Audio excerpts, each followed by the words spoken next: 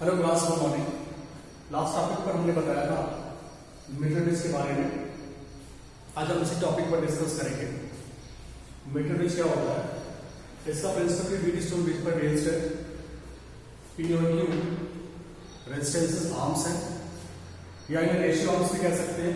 हम इसमें एक नोन रेजिस्टेंस लगाते हैं और एक अननोन रेजिस्टेंस जिसकी वैल्यू फाइंड करनी होती है वो लगाते हैं।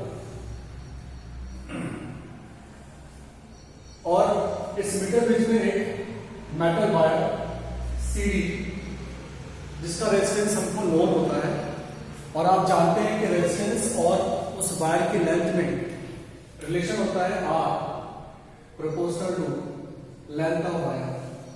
लेंथ इंक्रीज करेंगे या डिक्रीज करेंगे तो उस वायर का रेजिस्टेंस भी इंक्रीज और डिक्रीज करेगा।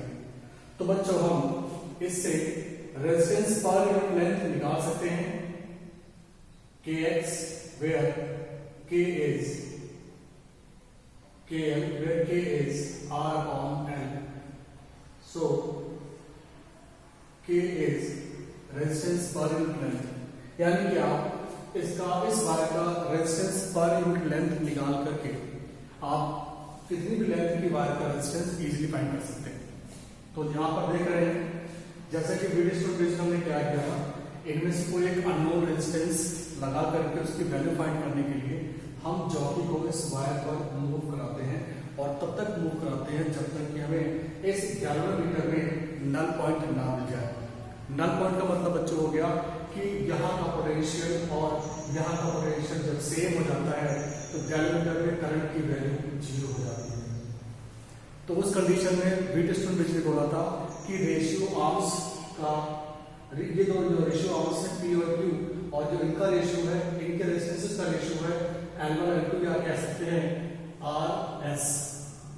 इन रेशियो आर्म्स का जो रेशियो होगा वो इक्वल होगा किसके, P अपॉन Q के इक्वल होगा, जो कि हमने पढ़ा था व्हीटस्टोन ब्रिज में। मींस क्या, P upon Q equals to R upon S।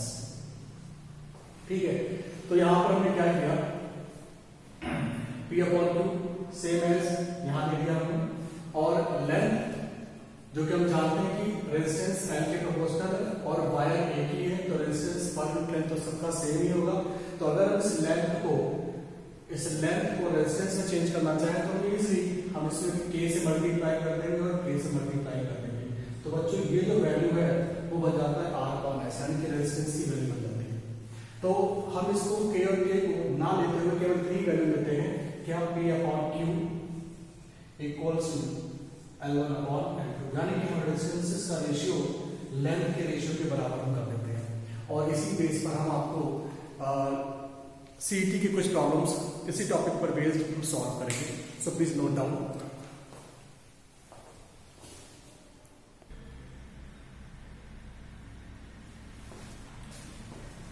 बच्चों, आप देख पा रहे हैं इस प्रॉब्लम नंबर 2 में, जो कि 2016 में आया हुआ है, इसमें ये बोला गया कि ये एक मीटर ब्रिज है।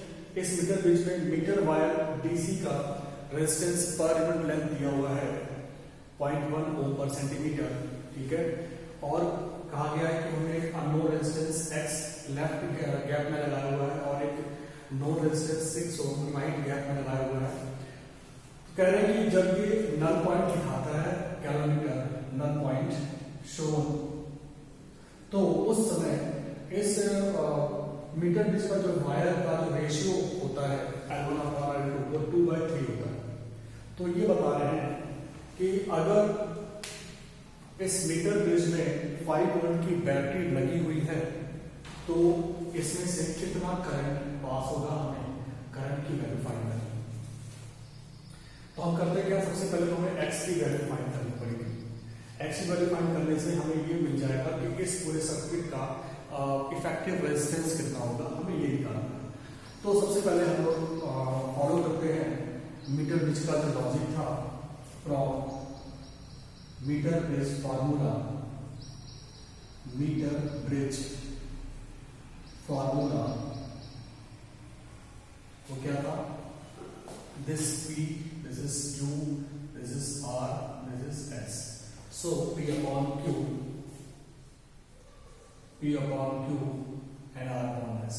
सो P की वैल्यू x है, Q की वैल्यू 6 है आर की वैल्यू अगर देखो, अगर आप L1 अपॉन L2 की value 2/3, so easily we can find the value of x, 3 to the 6 and x value is 4 ohm.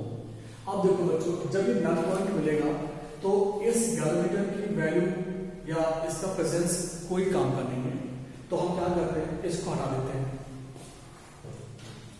इसको हमने हटा दिया, ठीक है।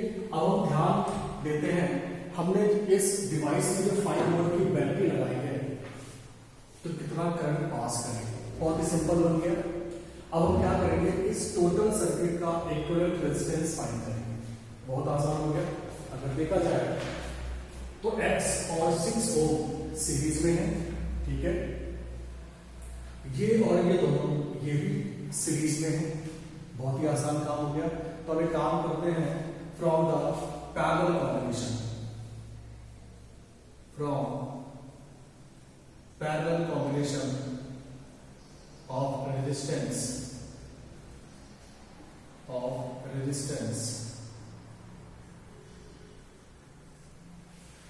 आर इक्वलेंट निकाल लेते हैं। कैसे? R equivalent 1 upon R equivalent equals to 1 upon R1 plus 1 upon R, ठीक है बच्चों। तो अगर हम R1 निकालते हैं तो ये बच्चों सीरीज में है, तो R1 की वैल्यू क्या होगी, यहां से निकाल लेते हैं। So R1 equals to 6 plus 4 means 10 ohm, right. अब बच्चों हमारे पास ये वाली तो केवल लेंथ दी हुई है, तो बहुत ही आसान है। Resistance the value of R, हमारे पास लेंथ कितनी है, 2/3 का रेशियो है। सो लेंथ हम ले लेते हैं 2 into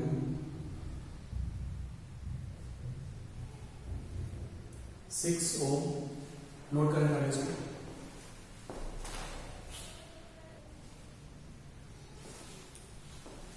हमारे पास एक सिंपल तरीका और है कि हम L1 L2 क्यों निकालें, हमारे पास ऑलरेडी पता होता है कि इस मीटर बिजली वायर की लेंथ कितनी होती है, 100 centimetre, right.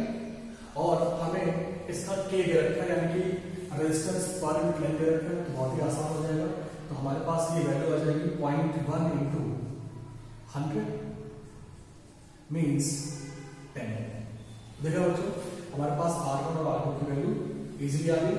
So 1 upon R1 10, 1 upon R2 is also 10, means 2/10 means R equivalent equals to 10 upon 2 means 5 ohm, ठीक है, 5 ohm। अब हमारे पास इक्विवेलेंट रेजिस्टेंस भी है, हमारे पास बैटरी का EMF यानी वोल्टेज भी है, तो बड़ी इजीली ओम्स लॉ से, from Ohm's law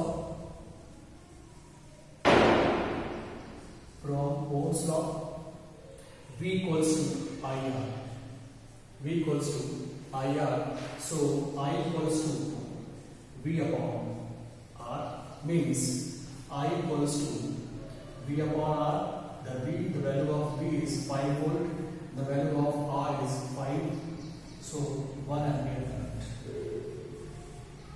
please note that।